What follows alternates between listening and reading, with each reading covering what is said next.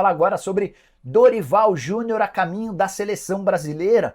Notícia que explodiu como uma bomba nessa quinta-feira. A informação foi trazida depois de uma série de pequenas novidades. A primeira delas, de que graças a uma liminar, o Edinaldo Rodrigues, o presidente que estava afastado da CBF, foi devolvido a seu cargo de presidente da entidade que cuida do futebol brasileiro e também da seleção. Diante disso, a partir daí o Edinaldo começou a deixar vazar a informação de que a sua prioridade por agora é encontrar um novo técnico para a seleção brasileira. Ele quer definir alguém que fique em definitivo. Vocês sabem que o contrato do Diniz se encerra na metade do ano. A ideia da CBF é contar com um técnico de forma definitiva e, mais do que isso, de forma exclusiva, para acabar com essa história de acúmulo de trabalhos do Fernando Diniz enquanto trabalha na seleção. Também é técnico do Fluminense. Como é que vai ficar essa questão? E é aí que surge a informação que caiu como uma bomba no São Paulo. A notícia é de que o Dorival Júnior é o nome dos sonhos de Edinaldo Rodrigues. O Edinaldo, inclusive, já teria entrado em contato com o Dorival e também com o Júlio Casares. Consegui a informação de que ninguém fez contato com o Dorival, mas o São Paulo foi avisado pelo pessoal da CBF a respeito do interesse na contratação do treinador. Resta saber se o Dorival vai aceitar um convite para trabalhar na seleção diante desse caso interino, né? Porque o Edinaldo volta à CBF numa questão delicada. Ele volta graças a uma liminar que a qualquer momento pode ser cassada, e a eleição que já estava sendo marcada para um novo presidente tornaria essa decisão da contratação do Dorival Júnior nula. O que eu posso assegurar também é que a multa rescisória no contrato do Dorival com o São Paulo é de 3 salários, ele ganha R$ 1.200.000 por mês, ou seja, estamos falando de R$ 3.600.000 de multa. Outro ponto importante, Dorival já está arrumando as malas lá em Florianópolis, onde passou férias, para se reapresentar ao lado do elenco e também com a sua comissão técnica nesse sábado, data marcada para o início das atividades no Tricolor. Qualquer informação a respeito, e a gente volta para contar para vocês. Combinado? Não esquece de deixar like, de se inscrever no canal. Deixa eu só contar uma atualização importante. Ferreira é jogador do São Paulo, tá? Ele respondeu à proposta do São Paulo, a oferta durante toda a quinta-feira, um enorme dilema, porque o Ferreira havia recebido uma oferta maior do Bahia, colocou em dificuldade a negociação com o São Paulo, mas na noite de quinta-feira, por volta de 9h30, o empresário dele, o Pablo Bueno, ligou lá da Turquia para o São Paulo para dizer que o Ferreira havia aceitado todas as condições de negócio do Tricolor e que o acordo estava fechado, vínculo de 4 temporadas, o São Paulo vai desembolsar 2,5 milhões de euros apenas pelos 35% dos direitos que pertenciam ao Grêmio, está adquirindo outros 30% para passar a ter 65% dos direitos econômicos. Ferreira é aguardado no final de semana, no máximo na segunda-feira, para a realização de exames médicos e assinatura desse contrato. Já está, inclusive, procurando lugar para morar perto do CT da Barra Funda, quarto reforço garantido pelo São Paulo. Antes o Tricolor já havia fechado com Eric, do Ceará, Luiz Gustavo, que estava livre no mercado, e Vila Sante, volante que pertencia ao Cerro Porteño. Curtiu o vídeo? Deixa o like, se inscreve no canal, a gente se vê de tarde. Tem também programa do Nicola. Reunião de planejamento de 2024, Dorival Júnior presente, diretoria, todo mundo presente, acho que era ali videoconferência, e Dorival Júnior segue tocando o planejamento para 2024. Até agora não aconteceu o convite, então para o São Paulo começar a entrar em pânico, precisa ter a proposta. Até agora não teve. O que tem é um São Paulo bravo, porque não quer perder o Dorival Júnior, já teve o contato da CBF e o presidente Júlio Casares deixou bem claro para o Edinaldo que não quer perder o Dorival. Muito bem, então esse o lado São Paulino da história, Mili. Você vem falando, né, sobre o que tem sido a CBF ultimamente. Agora o Edinaldo voltou. Eu falei Gilmar Ferreira, o nome dele é Gilmar Ferreira Mendes. Então, portanto, o ministro Gilmar Mendes que deu a canetada que levou de volta o Edinaldo para a presidência da CBF. Sabe-se lá até quando. E aí o Edinaldo, no seu primeiro ato, fala sobre o Dorival. Que também é um negócio estranho, né? Porque até ontem era o estrangeiro. Tomou um não na cara, agora não, peraí, agora é brasileiro. O brasileiro era o Diniz. Não, mas não é o Diniz também. E assim vamos, a CBF, essa entidade bizarra que comanda o futebol brasileiro. Então, Tirone, primeiro, bom dia para todo mundo que está aqui, um prazer estar aqui com vocês. Eu vi a enquete, acho que faltou uma coisinha, um nome nessa enquete, critério. Falta critério, a gente precisa de critério. A CBF não tem critério. Qual é o critério para o treinador? A gente concorda, todo mundo que está aqui, acordou cedo para ver o All News, gosta de futebol, todos nós que estamos aqui, a gente concorda que futebol é uma coisa séria demais, não é? Seria preciso que houvesse um critério, e que esse critério fosse tornado público. O que querem da seleção? Qual é o método de jogo da seleção? O que queremos ser em campo, enquanto nação? Essas perguntas estão sendo respondidas antes de sair por aí, aleatoriamente, indo de Ancelotti a Dorival. Agora, se me perguntam quem deveria ser o técnico da seleção, todo mundo sabe do meu fanatismo pelo Diniz, né? Eu só não acho que deveria ser ele, porque o Fluminense ficaria prejudicado. Então não me peçam imparcialidade aqui. Eu acho que ele tem um trabalho a ser feito no Fluminense. Mas eu gostaria de ver em campo uma seleção com o dinizismo. Talvez não vá ser isso, ele precisa de tempo, precisa de jogadores treinando com ele mais tempo. Ok. Quem seria o nome então, gente? Abel Ferreira. Danilo, não me mata. Abel Ferreira. Que é o cara que mais ganhou. É o cara que está fazendo milagres, mágica. Não seria esse o nome? Dorival? Dorival não é bom para ninguém. Não é bom para São Paulo perder o Dorival. Não é bom para a seleção ter o Dorival. Não é um treinador minimamente autoral. É um cara de grupo, ok, mas não é o cara que vai fazer a seleção jogar bonito ou jogar assim ou assado. Não é o Dorival. Então, é assim, é tudo aleatório, não há critério, a gente não sabe se há um critério, ele não é tornado público e deveria ser.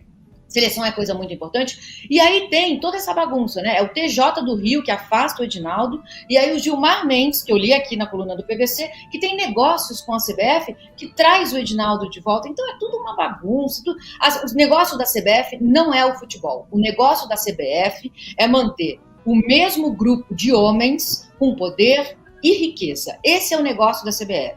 É aquela velha máxima do Barão de Lampedusa, o autor de O Gato Pardo, né, o filme da unificação da Itália. Precisa mudar tudo para que as coisas permaneçam como elas sempre foram. É isso que está sendo feito. Querem tirar o Edinaldo, ou manter o Edinaldo, mudando tudo para que as coisas permaneçam como elas sempre foram. CBF não tem jeito, precisa ser refundado. Pois é. Ô Danilo, eu sei que você... Gravava vídeo nesse horário, mas o telefone tocou do outro lado da linha, pouco antes das 10 da noite, uma pessoa do São Paulo me assegurando que o Ferreira aceitou a última oferta do tricolor, era o que faltava para que o negócio fosse dado como oficial. Nas próximas horas, Ferreira vai se submeter a exames médicos e assinar contrato de 4 temporadas. Quero contar toda a cronologia dessa longa negociação que chegou a viver momentos tensos, inclusive na tarde dessa quinta-feira, quando o São Paulo deu um ultimato ao Ferreira e ao seu empresário Pablo Bueno. Bom, para a gente começar do começo, é importante lembrar que o São Paulo havia tentado nas últimas 3 janelas de transferência a contratação do Ferreira, atacante de 26 anos de idade, que pertence ao Grêmio, mas já havia se declarado em outros momentos torcedor do São Paulo. Nas outras oportunidades não houve acordo porque o Grêmio descartou a negociação logo de cara.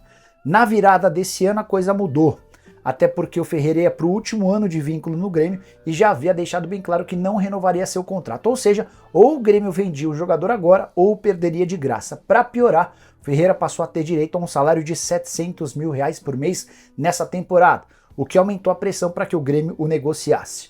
O São Paulo, desde o fim do Campeonato Brasileiro, tentava convencer o tricolor gaúcho a um acordo. Primeira oferta de empréstimo com opção de compra, o Grêmio descartou na hora. Depois o São Paulo sugeriu envolvimento de outros atletas. O tricolor mandaria 1 ou 2 jogadores para o Grêmio e em troca receberia o Ferreira. O Grêmio também disse não. Importante lembrar que o tricolor gaúcho tinha só 35% dos direitos econômicos do Ferreira. Até por isso a negociação era ainda mais complicada. O São Paulo precisava se acertar com o Ferreira, precisava se acertar com o Grêmio para que o negócio pudesse casar. Em paralelo às tratativas com o Grêmio, o São Paulo conversou com Pablo Bueno, representante do Ferreira, e ouviu que a negociação tinha grande chance de acontecer. Inclusive o Dorival Júnior, o técnico do São Paulo, chegou a conversar por telefone com o Ferreira e com o Pablo, explicou sobre o projeto, disse que o Ferreira teria um espaço importante como protagonista na temporada de 2024, e isso fez com que a coisa se tornasse ainda mais quente. Voltando às negociações entre São Paulo e Grêmio, o tricolor precisou começar a negociar valores, porque percebeu que na base da troca o empréstimo não rolaria. O Grêmio trabalhou desde o princípio com a cifra de 2,5 milhões de euros. Em determinado momento o São Paulo concordou em pagar os 2,5 milhões de euros, mas queria parcelado, e o Grêmio insistindo para o pagamento à vista. Até que, nas últimas horas, na virada de quarta para quinta-feira, o Grêmio enfim cedeu e topou um parcelamento de poucas vezes. A primeira parcela, inclusive, vai ser paga com a grana que o São Paulo receberá da venda do Natan, lateral direito, para o Red Bull Bragantino. A partir daí, houve um acordo entre os clubes, algo que eu consegui confirmar na tarde dessa quinta-feira com o dirigente do Grêmio e com o dirigente do São Paulo. Mas esse dirigente do São Paulo com quem conversei por volta das 3h30 da tarde dessa quinta-feira disse que o negócio ainda estava longe. Eu estranhei, falei, mas como assim? Vocês já tinham um acordo com o Ferreira, conseguiram um acordo com o Grêmio, por que está longe? E a pessoa me contou que o Bahia entrou na jogada, fez uma oferta maior ao Ferreira e aquele acordo que o São Paulo havia fechado com o atleta deixou de valer. O Ferreira queria que o São Paulo cobrisse a oferta que o Bahia havia apresentado em relação a salários. Contei para vocês no início do vídeo que o Ferreira passaria a ganhar 700 mil por mês no Grêmio, certo? São Paulo topou bancar os 700 mil por mês no início das tratativas e ainda condicionou uma série de bônus ao longo dos 4 anos de contrato. Só que o Bahia apareceu com uma oferta melhor, respaldado pelo Grupo City. O Bahia tem capacidade financeira e sugeriu uma grana maior. Na tarde dessa quinta-feira, em meio a essa dificuldade com o representante do atleta, o São Paulo deu um ultimato. Ferreira, ou você aceita a nossa proposta, ou o São Paulo vai descartar a negociação e vai desistir de vez de contratá-lo. Ferreira conversou, pensou, buscou informações e o conselho da sua família, também conversou com o Pablo Bueno, que lá da Turquia entrou em contato com os dirigentes do São Paulo agora à noite, por volta de 9h30 da noite, para afirmar que o Ferreira topou o acordo que já havia sido estabelecido com o São Paulo. Diante disso, o acordo está fechado. Ferreira, inclusive, já começou a buscar residência para morar em São Paulo. Ele gostaria de ficar perto do CT da Barra Funda, onde o São Paulo treina. A operação para a compra dos 35% dos direitos econômicos junto ao Grêmio vai custar 2,5 milhões de euros. Ainda estou tentando descobrir quanto é que o São Paulo vai bancar para adquirir outros 30%. O São Paulo vai ser dono de 65% dos direitos econômicos. Já contei para vocês, contrato de 4 temporadas. Ferreira passa a ser o 4º reforço do São Paulo para 2024. Antes o tricolor já havia fechado com o Eric, atacante que vinha bem no Ceará, tinha contrato somente até dezembro, o contrato inclusive já foi rescindido e o São Paulo o adquiriu de graça, atacante de velocidade, assim como o Ferreira. Segundo a contratação do São Paulo para a atual temporada, Luiz Gustavo, ex-jogador da seleção brasileira, há 16 anos atuando no exterior, ele até tinha a possibilidade de continuar fora, mas o São Paulo conseguiu convencê-lo, atleta que também chegou livre. Terceira contratação essa, com o investimento, o São Paulo desembolsou mais ou menos 3 milhões de dólares por 60% dos direitos econômicos de Bobadilla, volante de 22 anos de idade que pertencia ao Cerro Porteño. Bobadilla, inclusive, já está no Brasil para iniciar a pré-temporada nos próximos dias. Ferreira é a 4ª aquisição. Ferreira deve desembarcar ainda nessa semana em São Paulo para a realização dos exames médicos e para iniciar a pré-temporada junto do restante do elenco.